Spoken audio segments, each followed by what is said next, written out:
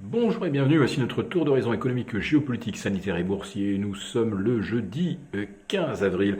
Pour comprendre comment tourne la planète finance, c'est sur la bourse au quotidien et nulle part ailleurs. Et l'épisode du jour s'intitulera Quand on comprend pas, quand on comprend plus, il faut savoir rester modeste. Oui, la finance, c'est effectivement une école de modestie.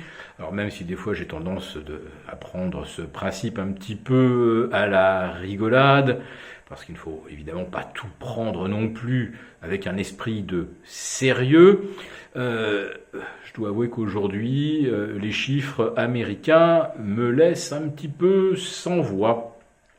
Des chiffres très attendus à la veille de la séance des trois sorcières, qui se déroulera donc demain, et on espérait éventuellement quelques statistiques américaines qui redonneraient ce petit coup de pouce, ce peps dont on a besoin pour terminer le mois d'avril, puisqu'on va basculer sur l'échéance mai demain après-midi ou demain midi pour l'Eurostoxx. Donc on espérait un petit coup de booster.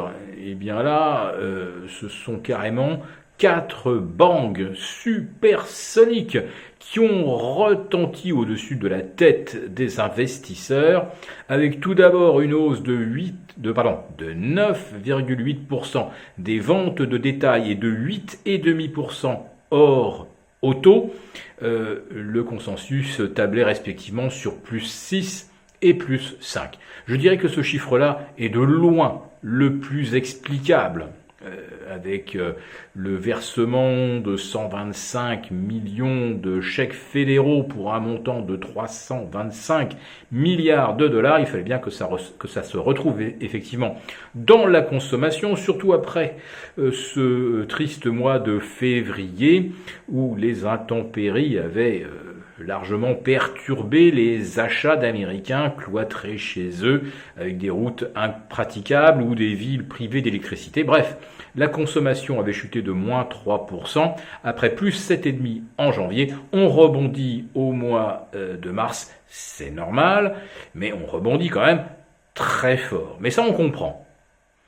Là où on comprend un petit peu moins, c'est au niveau des statistiques du chômage hebdomadaire, avec une chute, tenez-vous bien, de moins 190 000, enfin 188 000 pour être précis, puisqu'on avait finalement révisé à la hausse les chiffres de la semaine passée à plus de 780 000, et on obtient cette fois-ci un score de 576 000 à comparer avec l'anticipation de 700 000.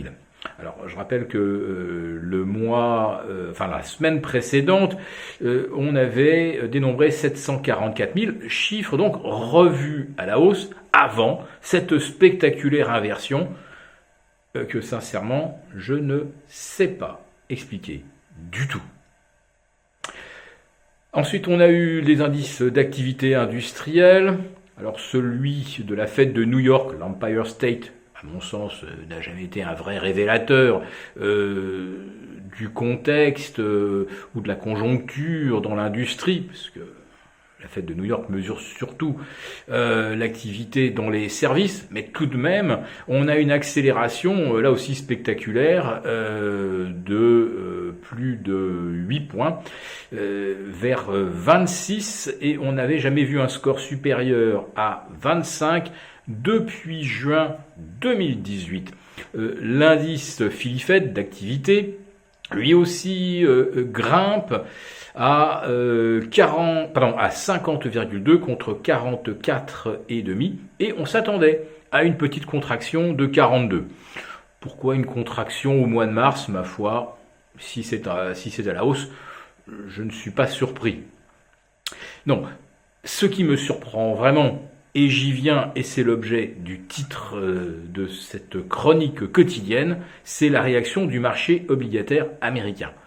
En ce qui concerne la consommation, c'est vraiment un bang supersonique. C'est la même chose pour le chômage, une chute de 180 000 d'un mois sur l'autre, c'est totalement inexplicable. Mais ce qui est encore plus inexplicable, c'est que le rendement des T-bonds américains, qui était de 1,62, 1,63 avant ces chiffres, chute brusquement vers 1,59, 1,58 et quelques.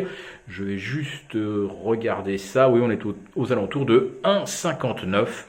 Alors, comment des chiffres aussi supérieurs aux estimations, donc il n'y a pas impossibilité d'évoquer un effet de surprise favorable ou défavorable.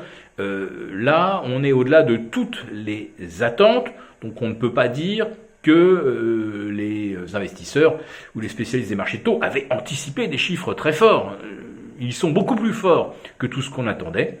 Donc comment les taux peuvent-ils se détendre? Et le mouvement d'ailleurs traverse l'Atlantique et permet également aux marchés obligataires européens de se détendre et à nos OAT de redevenir négatifs après un petit passage en positif la veille. Voilà, donc je voulais partager ça avec vous. Et mon étonnement face au comportement des marchés obligataires, ça ne s'explique que si la Fed y a mis son grain de sel pour calmer le jeu. Ça rentrait quand même un petit peu de la manipulation, non? Je vous donne rendez-vous demain pour notre live dès 11h30 et notre synthèse hebdo. Bonne fin de journée.